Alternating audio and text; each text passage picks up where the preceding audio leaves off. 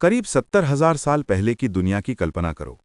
एक ऐसी धरती जहां आसमान में बादल नहीं बल्कि बर्फ के टुकड़े तैरते दिखते थे, जहां पहाड़ों पर मोटी सफेद परतें सदियों तक नहीं पिघलती थीं, और जहां रात की हवा इतनी ठंडी होती थी कि इंसान की सांसें भी जम जाती थीं। इसी कठोर बर्फीली और क्रूर दुनिया के बीच एक प्रजाति रहती थी, निएंडरटल। धरती के सबसे मजबूत और सहनशील इंसानों में से एक। इनके चौड़े कंधे, भारी मांसपेशियां, मोटी हड्डियां, मजबूत जबड़ा, छोटी गर्दन और गहरी आंखें इन्हें किसी सदी के योद्धा जैसा रूप देती थीं।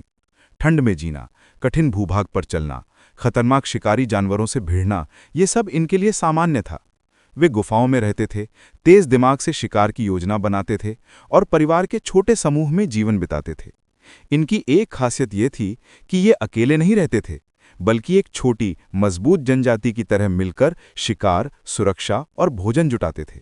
लेकिन वहीं दूर अफ्रीका की धूप में एक दूसरी प्रजाति पनप रही थी, होमो सेपियंस, जो दिखने में हल्के, पतले, तेज, चतुर और कल्पना से भरे हुए थे।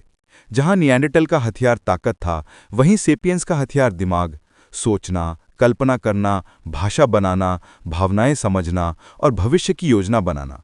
हजारों साल तक दोनों प्रजातियां अलग अलग दुनिया में रहीं। एक ओर बर्फीले यूरोप के कठोर जंगलों में निएंडरटल का राज, और दूसरी ओर अफ्रीका की गर्म घाटियों में उभरती सभ्यता जैसी आदतें सीखते सेपियंस। लेकिन फिर समय बदला। पूर्वज मनुष्य यात्रा पर निकला, और ये यात्रा छोटी नहीं थी। सेपियंस अफ्रीका से चलकर एशिया, मध्य पूर्व और फिर यूरोप की ओर बढ़ने लगे। उनके पास दिशा का अंदाजा नहीं था, लेकिन अंदर एक अनजान जिज्ञासा थी, सीमा पार करने की, खोज करने की और फैलने की। इसी यात्रा के दौरान पहली बार मानव इतिहास की दो शक्तिशाली प्रजातियां एक दूसरे से टकराईं, निएंडरटल और सेपियंस। पहली मुलाकात कैसी रही होगी? डर, हैरानी, उत्सुकता? कहानी इन सवालों का सीधा जवाब नहीं देती, लेकिन वैज्ञानिक कहते हैं कि दोनों एक दूसरे को देखकर निश्चित रूप से चकित हुए होंगे। निएंडरटल ने एक पतले, तेज और चतुर इंसान को देखा जो दूर से भाले फेंक सकता था और जाल बना के शिकार कर सकता था, और सेपियंस ने एक भारी, विशाल, ताकतवर शरीर देखा जो ठंड में भी बिना थके चल सकता था। शुरुआत में दोनों के बीच संघर्ष नहीं हुआ, बल्कि कई जगहों पर शांतिपूर्वक सहअस्तित्व दिखा गया। लेकिन जैसे जैसे दोनों की दुनिया एक दूसरे से टकराती गई, प्रतिस्पर्धा बढ़ती गई। भोजन, इलाका, संसाधन और जीवित रहने की लड़ाई। निएंडरटल संख्या में कम थे। पूरे यूरोप में उनकी कुल आबादी शायद 50,000 से 70,000 के बीच थी। वहीं सेपियंस बड़े समूहों में रहते थे। उनमें सहयोग, भाषा और जानकारी साझा करने की क्षमता थी। वे गुफाओं पर कला बनाते थे, प्रतीक समझते थे, दूर दूर के समूहों से मिलते जुलते थे और नए विचार लगातार विकसित करते थे। इसी बीच मौसम ने एक और करवट ली। यूरोप और भी ठंडा हुआ। बर्फ और गहराई, जंगल सिकुड़ने लगे, जानवरों की संख्या घटने लगी। ऐसे में निएंडरटल के लिए भोजन सीमित हो गया। उनका बड़ा शरीर ज्यादा ऊर्जा मांगता था और कठिन मौसम में भोजन जुटाना दिन ब दिन मुश्किल होता गया। और वहीं उसी समय सेपियंस ने नई तकनीकों का इस्तेमाल शुरू किया। उन्होंने पत्थर काटने की परिष्कृत तकनीक विकसित की, फेंकने वाले हथियार बनाए, आग को बेहतर तरीके से नियंत्रित किया, पशुओं की गतिविधि समझी, मौसम पहचानना सीखा और यात्रा व रणनीति में महारत हासिल की। उनकी सामाजिक संरचना उन्नत होती गई। बड़े समूह, सहयोग, भोजन साझा करना और योजनाओं पर अमल। ये वो चीज थी जो निएंडरथल के पास नहीं थी। वे बहादुर थे, लेकिन नवाचार धीमा। वे मजबूत थे, लेकिन संख्या कम, और मुश्किल परिस्थितियों में कम संख्या वाली प्रजातियां लंबे समय तक टिक नहीं पातीं। हजारों साल तक दोनों प्रजातियों का सह अस्तित्व और संघर्ष चलता रहा। कहीं लड़ाई, कहीं मेल और कभी-कभी प्रेम व संबंध भी। इसका सबूत आज हमारे डीएनए में दिखता है। लगभग हर इंसान के शरीर में 2-3% निएंडरथल जीन मौजूद हैं, जो बताते हैं कि दोनों प्रजातियों के बीच संबंध बने, परिवार बने, बच्चे पैदा हुए। पर फिर भी सवाल वही, निएंडरथल क्यों गायब हुए?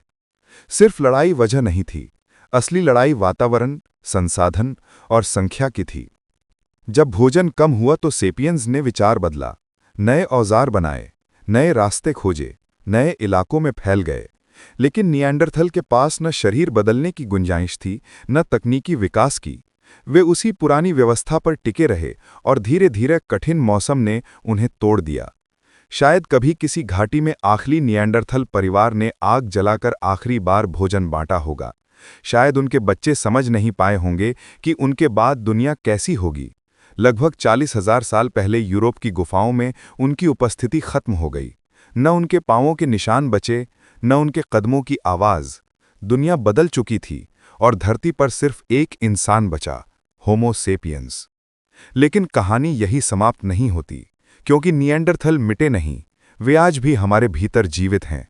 हमारी त्वचा की बनावट, हमारी प्रतिरक्षा प्रणाली, हमारी ठंड सहने की क्षमता, हमारी हड्डियों की मजबूती और कई बीमारियों के प्रति हमारा बचाव निएंडरथल से आया है। कुछ लोगों की नींद, एलर्जी, तनाव का स्तर, शरीर की प्रतिक्रिया, सब में निएंडरथल की छाप है। यानी वे हमें छोड़कर नहीं गए, वे हमारे डीएनए में घुल गए। ये कहानी सिर्फ विलुप्ति की नहीं, बल्कि पहचान की है। हम कौन हैं, कहाँ से आए हैं और हमारी नसों में कौन सी पुरानी सभ्यताएं बहती हैं। कई वैज्ञानिक कहते हैं कि अगर निएंडरथल कुछ हजार साल और टिक जाते तो आज धरती पर दो बुद्धिमान मानव प्रजातियां साथ रहतीं। कल्पना करो, दो तरह के इंसान, दो संस्कृतियां, दो इतिहास, दो भविष्य। लेकिन ऐसा हुआ नहीं। प्रकृति ने एक रास्ता चुना और वो रास्ता सेपियंस की ओर मुड़ गया। फिर भी आज जब हम आईने में खुद को देखते हैं तो हमारी आंखों में, हमारी चाल में, हमारी बनावट में कहीं न कहीं निएंडरथल की हल्की सी छाया मौजूद होती है। जैसे वो कह रहा हो, मैं गया नहीं, मैं आज भी तुम्हारे भीतर हूं। और यही इस कहानी की सबसे बड़ी सच्चाई है। निएंडरथल कभी विलुप्त नहीं हुए। उनका एक हिस्सा आज भी हमारी हर धड़कन, हर कोशिका और हर पीढ़ी में जिंदा है। जैसे समय की गहराइयों से आती कोई फुसफुसाहट जो कहती है, मानव इतिहास सिर्फ सेपियंस की कहानी नहीं, बल्कि दो दुनियाओं का संगम है, दो प्रजातियों का मिलन है। और उन सब का निशान आज भी हर इंसान की नसों में बहता है।